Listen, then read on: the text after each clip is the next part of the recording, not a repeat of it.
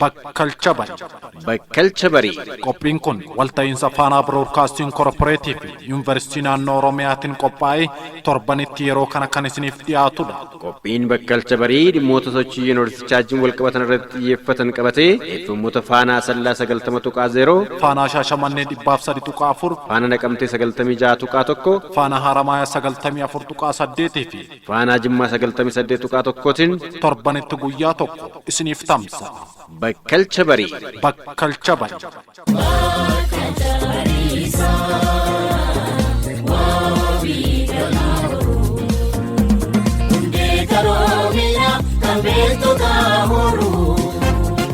Nageenyi keenya kan kabajaa fi jaalalaa bakkuma jirtanitti qilleensarraan isin bira haa ga'u. Akkam jirtu kabajamtoota dhaggeeffattoota keenya. Qophii bakkalcha barii walta'iinsa Faanaa Broadcasting Corporative fi Yuunivarsiitii naannoo Oromiyaatiin torbaanitti al tokko yeroo kanatti isiniif dhiyaatu eegallee jirra. Qophii bakkalcha barii keenya har'aatiinis hojii Yuunivarsiitii naannoo Oromiyaa misooma hooggansaa irratti hojjechaa jiru ilaalchisuun waan qopheeffanne isiniif dhiyeessina. Qophii kanarraas Yuunivarsiitiin naannoo Oromiyaa hooggansaaf leenjii yeroo waliin deemu kennuun gahoomsuu irratti waan hojjechaa jiruu fi bu'aawwan argaman irratti yoo nu faana turtan hubannoo argattu jennee abdanna. Qophii kana waliin an Muhammad Guddataati. Hanga xumura qophii keenyaatti nu dhaggeeffachuun nu waliin turaan ammootu affeerraa keenya.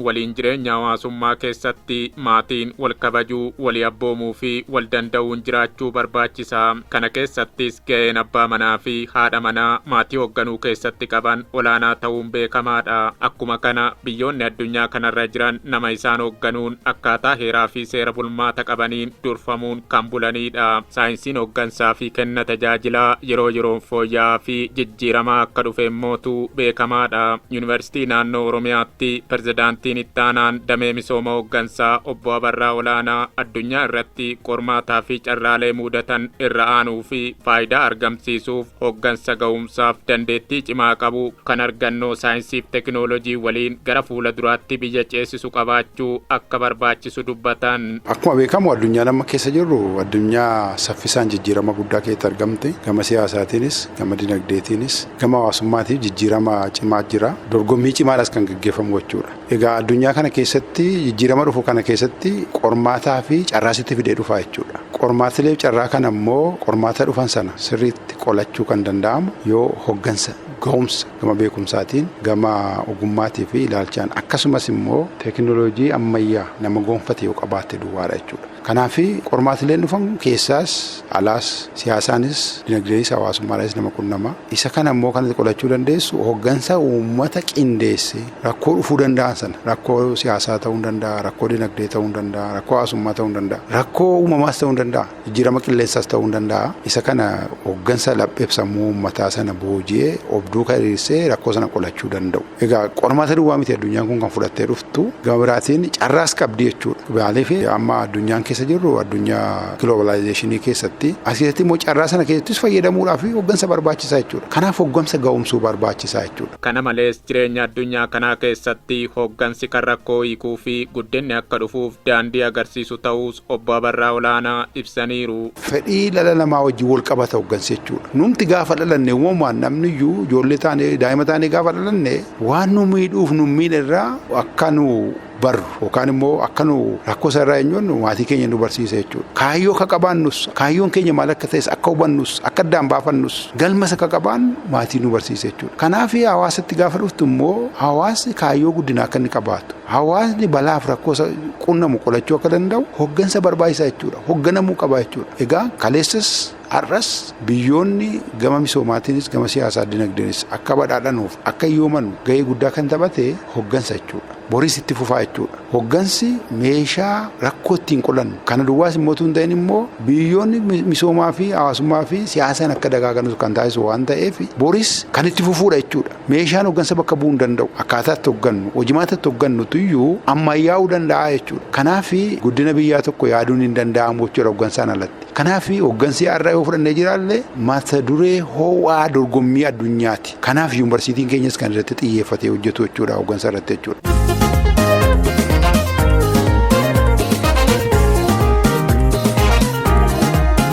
biyyi tokko akka guddattuufis ta'ee kufaatiifis ga'ee olaanaa kan qabu hooggantoota ta'uu hayyoonni yuunivarsiitii naannoo Oromiyaa saayinsii misooma hooggansaa irratti leenjii kennan ni ibsu. Hooggansi ilaalcha beekumsaa fi dandeettii hooggansaa yeroon barbaadu qabaachuu qabaa himan leenjii kan kennan keessaa Dr. Riyaad Daawudii fi Dr. Tashoomaa Kabbadaan. Yoo hooggansi leenjii hojumaan ni qajeela jechaadha.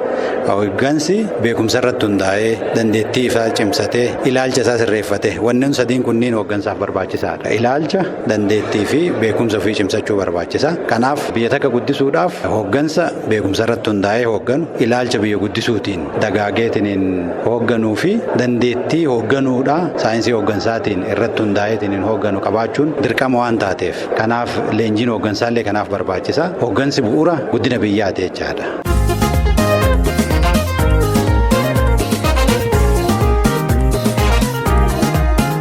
Gara leenjitti yoo dhufnu leenjiin maaliif barbaachisaa? Hammam bu'aa buusaa? Maal dabalaa fi warra leenji'an kanaaf? Mootummaa akka waliigalaatti akkamitti gargaara isa jettee kaasteef leenjiin humna namaa cimsa, humna ijaara, hubannoo babal'isa. Nama tokko dandeettii isaa humna ittiin raawwatu, hubannoo isaaf malu sadarkaa naannootirraa sadarkaa bakka inni hoogganurraa kaasee amma addunyaatti akka hubannoo jabaa horatu taasisa. Tokko kana lammaffaa muuxannoo keessa ture haala ittiin hojjechaa ture akka gamaagamee fooyyeffatu. Sana gochuuf immoo dandeettii akka qabaatu carraa isaa kenna. Hidhannoo dabalaaf jechuudha. Hidhannoo beekumsaa muuxannoo qabu akka karaa saayinsiitiin wal simsiisee hojii hojjetu isa gargaara jechuudha. Kun gaggeessaa akka dhuunfatti dandeettii guddaa tora, si'aayina tora. Mootummaan immoo tarsiimoo qaba, kaayyoo qaba, karoora qaba. Isaan wajjin akkaataa wal simee deemuu danda'utti sadarkaa itti mootummaan fedhii qabu kanaan wajjin akka deemuu danda'utti of ga'umsa jechuudha. Mootummaan immoo haala yeroo wajjin waan jiru wajjin fedhii hawaasaa wajjin deemuudhaaf gaggeessaa ga'umsa qabatee deemuutti jira. Kaayyoo qofti, karoorri qofti, imaammanni bahee qofti gahaa miti. Raawwataa barbaadaa, ogeessa barbaadaa, irra caalaa immoo gaggeessaa jabaa sana hubatee gaggeessuu barbaada waan ta'eef mootummaadhaafis humna ijaarratee, humna gaggeessaa jabaa ijaarratee, ga'umsaan qabu ijaarratee deemuudhaaf leenjiin kun baay'ee ijoodha. Warra immoo gaggeessummaa keessa jiranis gaggeessummaa isaanii dandeettii irratti hundaa'e hayyeroodhaan wal gitu, wal simatu, haala hooggananii hubatanii hoogganuu akka danda'an kan isaan tajaajiluudha jechuudha. Kanaaf leenjiin kun baay'ee murteessaadha. Biyya jabduu gama hundaan badhaate qabaachuuf hooggansa rakkoolee jiran furuu fi carraa argame gara faayidaatti jijjiiruu qabaachuun murteessaa ta'us Dr. Tashoomaa Kabbadaa kaasaniiru. Yuunivarsiitiin naannoo Oromiyaa gama ijaarsa dandeettiin hojiilee gurguddoo garaagaraa hojjeteera, ammas hojjechuu irratti argamaas jedhan. Yuunivarsiitiin kun dura sadarkaa kanarra gahuu dura mootummaan sadarkaa kolleejiitti sadarkaa dhaabbata leenjii godhatee yeroo dheeraa dhimma itti bahaa turedha. Siviil sarvisii keenya paablik sarvisii ijaaruun mootummaan bakka itti hojii itti hojjetu humna horatee bakka itti uummatatti tajaajilu keessaa tokko paablik sarvisiidha. Paablik sarvisii jabaa kan hubannoo qabu, kan naamusa qabu, kan seera beeku, kan waan hiriireef sana, waan gurmaa'eef sana, waan boba'eef sana kan beeku, qulqullinaan kan tajaajila kennu ta'uu qaba, kompitanti ta'uu qaba. Kun mootummaa cimina isaa dabala. Mootummaa ijaara mootummaa keessatti tokko kanadha waan ta'eef. Kanaaf mootummaan durumarraa kaasee gaafa peeskoo ijaarrateetti seenu gama kanaan dandeettii raawwachiisummaa irratti humna jabeeffachuun qabaan jedhu kapaasitii biildiingiidhaaf ijaarsa dandeettiitiif ijaarratee ture jechuudha. Waan gurguddaa, waan lakkaa'amu, waan ragaa gurguddaan itti dhiyaatu hojii gurguddaa hojjeteera. Dhaabbanni kun odoo gara yuunivarsiitiitti hin guddatin duraayyuu gaggeessitoota leenjiseera. Leenjii gabaabaa, leenjii giddugaleessaa, leenjii dhedheeraa, paablik sarvaantii sirriitti leenjiseera. Baay'inaan Oromiyaan humna jabaadhaan akka hojjetu gargaarsa guddaa, tajaajila guddaa kennaa tureera. Sana booda immoo mootummaan haala jiru, waan jiru qorachuudhaan surmaayyuu sadarkaa guddaatti na tajaajiluu qaba. Leenjii kennuu waan tokkodha. Barnoota idilees kennuun itti aansee jira. Keessattuu leenjii kennuu sana ispeeshaalaayiz godhee sirriitti qabatee akka bahu gochuudhaaf dabalatee immoo riifoormii caasaan mootummaa riifoormii ta'uu qaba. Gurmaa'insi mootummaan qabu yeroodha yerootti haala yeroo wajjin deemuu qaba. Ismaarti ta'ee deemuu qaba waan ta'eef sana isaa baatee deemu damee biraa itti ijaaree qorannoo immoo imaammata mootummaan tolchee immoo han hojiirraa qabu sirrii ta'uusaa ga'umsa isaa maal akka fakkaatu akka qoratuuf imaammatoota biraa haaraa ammoo qoratee faakti beesdi akka ta'u waan dhugaarra jiru qorannoo irratti hundaa'e imaammata bocuudhaaf yuunivarsiitii kanatti dhimma bahuuf ijaarrate jechuudha. kaayyoo kanaaf itti yaade ijaarrate jechuudha. Yuunivarsiitichi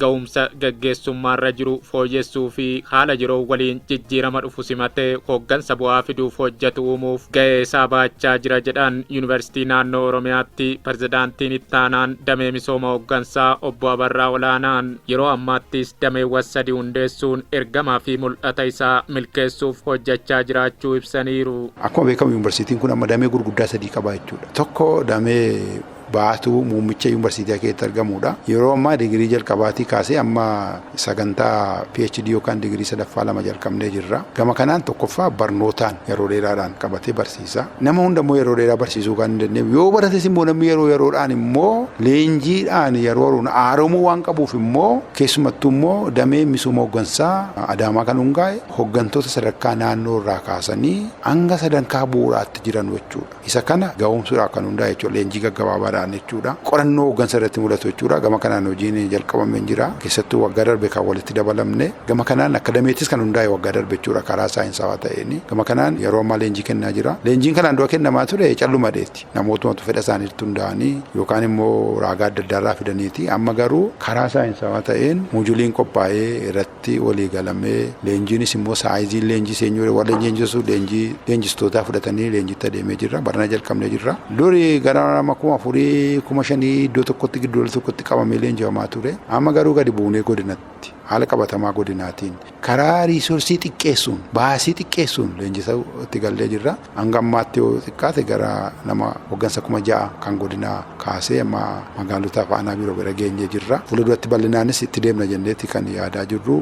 Gama kanaan hojiin hojjetamaa jira jechuudha. Gama biraatiin sadaffaa irratti dameen qorannoos hin jira. Finfinneetti kan argamudha. Riifoormii fi siivil sarviisii gosa irratti dhugaa dubbachuu yuunivarsiitiin kun jalqabbii gaarii jira. Muuxannoo arganneerra caalmaatti immoo leenjisuu hin dandeenye jenneetti kan eenyu jennee jirru. Kanaaf hooggansi nu amma qopheessinu hooggansa daangaa ce'ee gufuuwwaniif qormaatilee badhaadhina keenya akka milkoomne taasisu sana qolachuu kan danda'u rakkoo hiikuu kan danda'u qopheessuu waan ta'eef gama kanaan hooggansi keenya geessunaan dhugaa dubbachuuf biyyi keenya kan hiyyoomte qabeenya uumamaa dhabde miti jechuudha. Hooggansa mul'ata qabuuf dhabuurraa kan ka'edha jechuudha. Keessattuu immoo amma mootummaan keenya keessattuu muummicha ministeeraatiin amma mul'ata badhaadhinaa keenya bocamee jiru kun qamadii irratti argaa jirtu ajaa'iba kan hojjetamaa jiru. Qamadiin kanaan dura biyya kanattis immoo biqila. Indaa'um qilleensi kanaan dura gaarii ture namni hin baay'anne fuulduratti seenaas hojjetaa jirra. Qamadiin kaleessa biyya alaatiin nu safaramaa ture hiyyummaan beekamaa turre. Amma garuu qamadii biyya alaatti erguu jalqabnee jirra. Qamadii erguun kun immoo seenaa hiyyummaa keenyas hin jijjiira. Gama kanaan immoo hooggansa haala qabatamaa rakkoo jiru addaan baafatee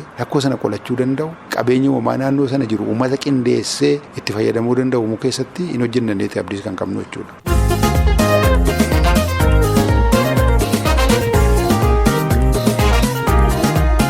Leenjiin kennamu haala qabatama naannoo fi yeroo waliin kan ol simuu fi deemu ta'uu qabaan ammootu yaada Dr. Riyaad Daawudii fi Dr. Tashoomaa Kabbadaati. Kanaan dura haalli leenjiin itti kennamaa ture godinaalee garaagaraa irraa giddugala tokko qofatti ta'uun bu'aa barbaadamu akka hin argamneef sababa ta'uu qorannoon adda baasuu kaasaniiru. Yuunivarsiitiin naannoo Oromiyaa yeroo ammaatti gara ummataatti gadi bu'uun leenjii fi gorsa fedhii hawaasaa deebisuu irratti bu'uureffame kennaa jiraachuus dubbata.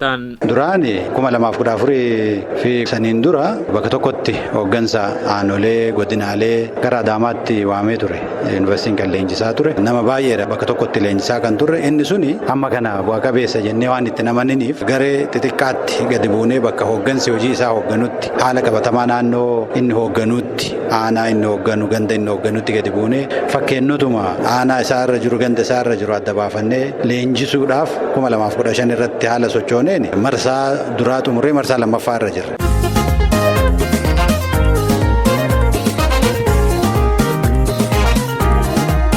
Yeroo baay'ee kanaan dura mootummaan dhimmoota adda addaa irratti ajenda adda addaa irratti nama isaa hin leenjifataa gaggeessaa keessattuu hin leenjisaa gaafa leenjisu kana wiirtuuwwan tokko tokkotti puul godhee namoota 10,000 lakkaa'aman seentariitti waamee bakka garagaraatti waameet wiirtuuwwan adda addaa irratti waameet bal'inumaan uummatuma bal'aa hirmaataa bal'aa 10,000 lakkaa'amu kanaan waan muraasa ka'umsaaf ta'u leenjisaa hin kenna. Isarratti immoo waa adda mammaratanii adda bahu waan ta'e wayii yaada guduunfaan kennamee fi qajeelfama fudhatanii waan jiru kallattii mootummaa fudhatanii adda bahuu jechuudha. Kuni akka qorannetti maaltu isa hafaa maaltu isa hir'ataa xiyyeeffannoo dhaba. Inni guddaan xiyyeeffannoo dhaba. Leenjichi sirriitti qindaa'ee structure ta'e abbaan leenjisu sun gadi fageenyaan dhimma sana oon godhee leenjisee ka'umsaan gadhumaatti leenjisee madaalee keessaa bahuu osoo hin ta'in waliigala ibsitee kaateet namni biraa moderate godhee tuutor godhee gaafiiwwan ka'aniif immoo ibsa waliigalaa kennita sun xiyyeeffannoo dhabsiisaa jechuudha. Dubbii wal keessa dhokatee hafaa jechuudha. Tokko kanadha. Lammaffaa gaafa gaggeessaa kana mobilize gootu bakka inni gaggeessurra baay'ee lafa fagootti gaafa geessitu baasii baay'ee guddaa si gaafata, baasii hedduu nama gaafata. Baasiin kun baasii maallaqaati, baasii yerooti. Bakkarraa bakka hojii dhiisanii deemuun immoo hojiin yeroo dheeraadhaaf hafuudha. Kana hundumaa haala hambisuu danda'uun yuunivarsiitiin keenya qoratee maal godhee bakka jiranitti dhaqee leenjisuun qaba. Haala isaan keessa jiraniin haala wal simatuun uummata isaanii akkaataa tajaajilaa jiran akkaataa madaaluu danda'aniin bakka jiranittan deemee leenjisaan jedhu karoorfate.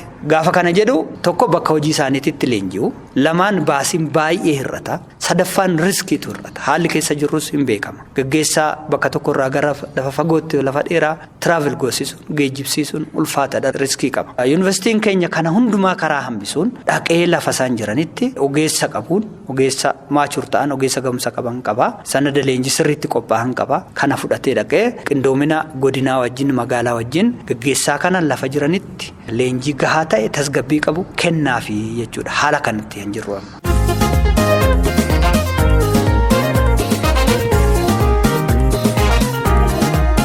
Egaan kabajamtoota dhaggeeffattoota keenya qophiin bakkalcha barii keenyaa kanumaan goolabamee jira. Kutaa lammaffaa qophii kanaan yaada hooggantoota leenjii argataniis itti dabaluun torbaan qabannee dhiyaanna. Waan nu dhaggeeffattaniif galata guddaa qabdu. Qophicha qopheessee kan isiniif dhiyeesse Muhammad Guddataan ture. Horaa bulaa deebanaa.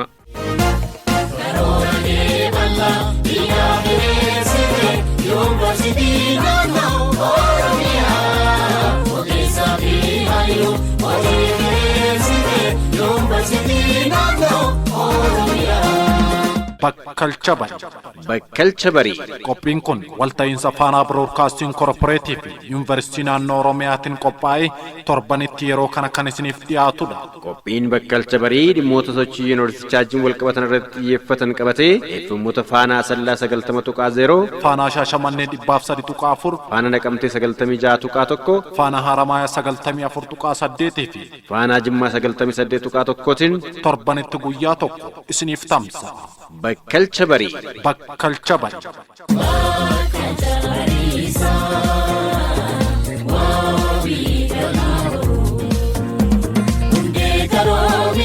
Kan beektotaa